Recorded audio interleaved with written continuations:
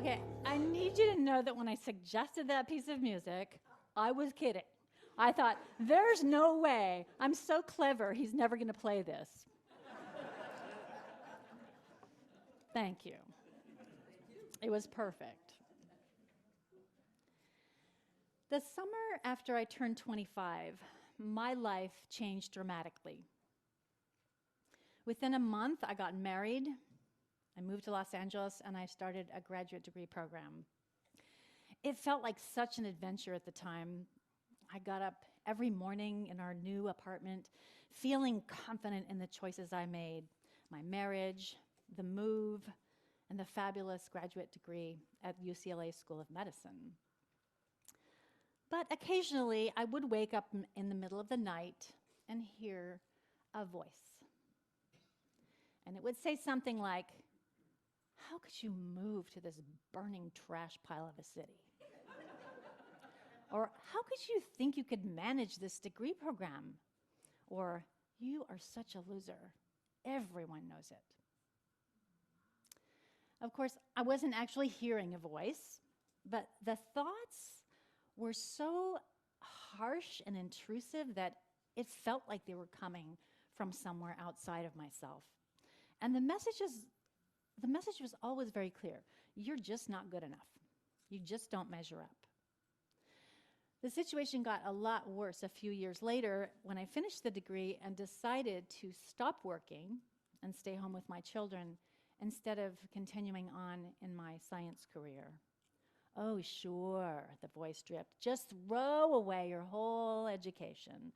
What a disappointment. It was official. I had my own personal demon. I think a lot of folks struggle with personal demons, which show up in various ways, such as painful feelings of regret, fear, self-loathing, anger, guilt, or feelings of worthlessness. And if you don't have any personal demons, congratulations, and also, I hate you. I forgot to mention petty jealousy. If you don't know what your personal demon is, just ask your partner. I want to thank Ellen Atkinson for purchasing this sermon at your last service auction and for choosing personal demons as the topic. We had some good conversations, wondering where our demons come from, why they are so irrational and cruel, and what, if anything, we can do about them. And if we can't make them shut up, can we at least learn to see them as a guide from beyond, as Rumi's poem suggests? Ellen provided me with some great resources, and of course, I found a lot more online, and it could be several PhD theses, so I did try to condense it. It's really interesting stuff, and so much material. But one thing was clear in almost everything I read. The consensus is that we create our own demons. Our demons are very personal, and I can't speak about the origin of your demons. I found 3 popular creation stories about demons that resonate with me. The first one is very simple. We look around, we measure ourselves against familial and societal expectations, and we quickly identify the places where we fall short. We all fall short. And this creates that judgmental demon who tells you that you're ugly, overweight, old, unsuccessful, irrelevant, and that you have no friends. We give this demon power when we buy into some pre-cooked image of what we should look like, be like, our job, what it means to have a successful life. And of course, social media has caused a rapid rise in this demon's popularity. The second way we create demons is much more interesting and complicated. It has to do with psychology and child development. And I'm not a psychologist, but I love this stuff. As young children, our most important job is to stay alive and ideally to thrive. Right away, we become aware of specific actions or emotions that seem to displease our all-powerful caregivers, our parents, whoever's taking care of us. And this isn't a conscious thing we do, it's just how we're programmed as humans. We learn that certain behaviors, certain emotions are unacceptable and therefore forbidden. I learned that anger, greed, jealousy, and selfishness are ugly and maybe even sinful, and so they must be purged from my personality. So what do? Well, we can try to hide these parts of ourselves, and the easiest way to do that is to actually shove them down as far as we can into our consciousness and just pretend they're not there. As a recovering perfectionist, I can relate to this. At some point in my childhood, fairly early, I determined that being perfect was going to be the best way of surviving my somewhat feral childhood. In a home with 4 boisterous and sometimes evil older siblings. I could not outrun or outwit them, but they were so rotten that it wasn't hard to outshine them. I paid close attention to what my parents wanted and did my best to do it. I worked hard in school, I was helpful at home, and I went to church. And the results were spectacular. I immediately gained status as the good child, the one with the clean room, good report card, and bright, shiny soul. My siblings were confused. At least one of them is still resentful. Why? Because they knew that on the inside I was still the same judgmental, self-centered, mean girl kid sister. Of course I was. I had just stuffed all that jealousy, rage, selfishness, and willfulness down so far that I could pretend it was gone. But it wasn't. I can tell you from experience that being perfect isn't an effective long-term strategy. Once I got to UC Berkeley, perfection was well out of reach, and I struggled to keep my grades up. My mean girl little sister, inner demon, started to have a field day. She would wake me up in the middle of the night and point out that I was a complete failure. In fact, it's very typical for our demons, our repressed personality traits, to show up when we are tired, overwhelmed, stressed, and just then when your defenses are really low, they lean in and whisper in our ears, "You're unlovable. Everyone is laughing at you. Your spouse is going to leave you. The board president thinks you're an idiot." Does that make sense? Good. My therapist will be so proud. So we have these demons that enjoy reminding us of our shortcomings, and demons who embody our repressed personality traits. But what else? Well, after my transplant, my mean girl demon found a new way to torture me. "You nearly died," she'd say. "You might still die. In fact, it seems pretty likely." Things that are out of our control are perfect demon fodder. Any sort of disaster, crisis will do. A health problem, the potential loss of someone you love, the actual loss of someone you love, financial difficulties, family estrangement, climate change, politics, you name it. If you find yourself dreading it, it's probably in your demon's rotation. So what can we do about our demons and their nasty little messages? Everything that I read indicates that the Buddhists have the best handle on demons. Over and over again, I came across the strategy articulated both in the book that I read and in the poem that Anne read earlier. Rather than trying to banish our demons, could we try practicing some compassion and simply talk to them and accept them as the part of ourselves that they are? It sounds great, but actually, how does that work? I found the following story from Buddhist literature helpful about Gautama Siddhartha and the demon god Mara. I didn't even know there was a demon god Mara, but there is.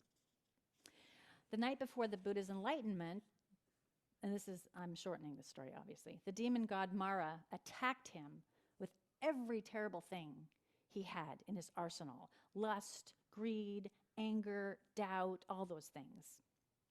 But he failed. So he left in a huff in the morning.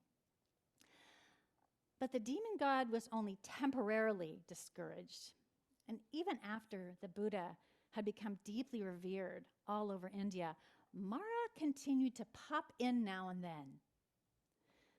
Buddha had a servant who was always on the lookout for any harm that might come to his teacher. So every time Mara would show up, the servant would report with dismay that the evil one had returned. But instead of ignoring Mara or driving him away, the Buddha would calmly acknowledge his presence, and he'd say, "I see you, Mara." He would then invite Mara in for tea and serve him as an honored guest. Mara would stay for a while, then go, but no matter what he said, the Buddha just listened and remained untroubled. And after a short while, Mara would leave. I found that version of the story in an article from Psychology Today, written by Tara Brock. She writes, "When Mara visits us in the form of troubling emotions or fearsome stories, we can say, 'I see you, Mara,' and clearly recognize the reality of craving and fear that lives in each human heart. By accepting these experiences with the warmth of compassion, we can offer Mara tea rather than fearfully driving him away. Seeing what is true in ourselves, we hold what is seen with kindness. Seeing what is true in ourselves, we hold what is seen with kindness." This resonated deeply with me. I mean, isn't my mean demon girl just a part of me that I judge to be unacceptable? I mean, no wonder she's so nasty to me. After all, I rejected her. So this idea actually wasn't new to me. Between my interest in Jungian psychology and my seminary course, I was aware that I had abandoned certain undesirable parts of my personality back in those perfectionist days. And with the help of a therapist, I did learn to recognize the damage that it did to me and the potential damage I would do to others when I didn't recognize that it was there. It wasn't easy. It did take a lot of work, a lot of good friends, a lot of conversations, a lot of soul searching. But I did start to accept ultimately that my best efforts were good enough and that I was lovable, even though I'm not perfect. At the heart of this approach is the Buddhist practice of offering loving kindness to all beings, starting with oneself, one's whole self. My demon still visits me, and I do greet her, and I try to listen politely. She might remind me of some past mistake and predict future failures, but in the end I say to her, "Okay, I hear you, but you know what? It's just not that big of a deal. We're gonna move on. We're gonna let that go." And most of the time, she's okay with that. She knows she had my attention. The practice of noticing a thought or a voice and letting it go is a great tool, a great Buddhist tool when dealing with demons. Adriana Limbach writes, "It's the recognition that we are already complete, but not finished, whole and also still developing. We are the brilliant wisdom bits and the gnarlier neurotic demon bits rolled into one. Accepting ourselves as both and is the key to stepping into our wholeness, our fundamental worth." Although I recognize that my mean girl demon is a part of myself, I don't have to agree with her. She can be a bit of a bully, and furthermore, she lies. She tends to exaggerate my weaknesses and predicts all kinds of disasters that don't happen. And now when she wakes me up at 3 a.m., I remember my niece's excellent advice: don't believe anything your brain tells you after 9 p.m. That after 9 p.m., nothing. So that's my take home here. There are a few things that my mean girl doesn't lie about, such as when she points out that I'm getting older, and in fact, someday I'm going to drop dead. And she is right about that. I mean, bad things can happen very suddenly, as we know. And ultimately, of course, I'm going to die. And this can be terrifying, particularly at 2 in the morning when I'm already stressed out about various random things like writing sermons. So is there anything I can do about that? Going back to Buddhism, I find great comfort in a Buddhist teaching called the 5 Remembrances. And for the purpose of sermon, you're only going to get 3 remembrances, because you won't remember 5. Here they are. I am of the nature to grow old. There is no way to escape growing old. Number 2, I am of the nature to have ill health. There is no way to escape ill health. I am of the nature to die. There is no way to escape death. Now, on face value, these statements might not seem too comforting, but they actually can be. If you've truly accepted that you will grow old and experience ill health, or maybe you already have, your demon can't torture you with the fact anymore because you already know it. On the contrary, that awareness, which I personally gained through experience, it helps me feel grateful for the health I have now. So instead of getting panicked about dying, I can just appreciate the fact that I haven't died yet. And I'm making this sound very simple, and it's not. But if you have accepted the inevitability of your own death, not only is your demon powerless to frighten you with it, but your life just feels more vibrant and precious in every minute. Once you accept that everything changes, that the people and the things you love are going to be gone one day, everything becomes miraculous. And you might even experience less grief when things do change. And of course, the awareness that we will all be separated by death one day helps me to prioritize time with the people who mean the most to me. Someday we will all be gone, and so will everyone and everything we love. That is just the nature of our being. I wish Jane Park were here today, because there's a lot of Jung in what I'm saying. Jung famously wrote that we must integrate our shadow into ourselves by turning toward the darkness. That means embracing the parts of ourselves that we don't like, our worst impulses, our worst shame, our worst fears, and just owning them, putting them in our pocket. Accept that they're there. But remember, acceptance can come with respectful disagreement. Yes, in my worst moments, I can be petty, mean, and judgmental. But what else is true? What else is true about me? Isn't it true that I banish those qualities because I value kindness, generosity, and service to others?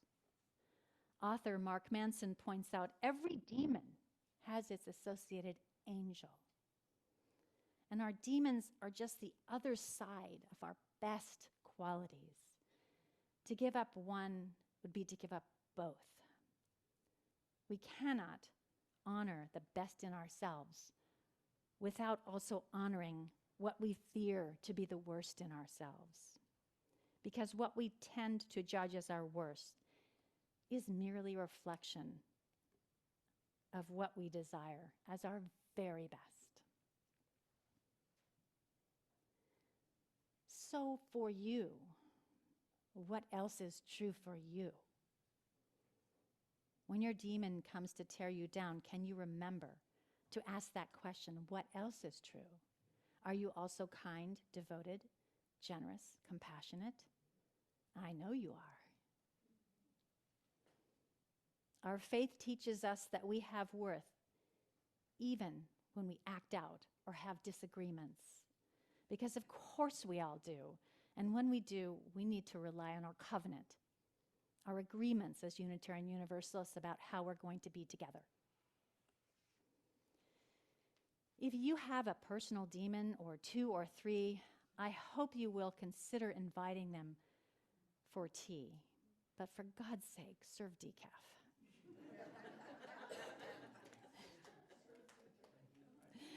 There's a lot of caffeinated demons out there. Make an agreement.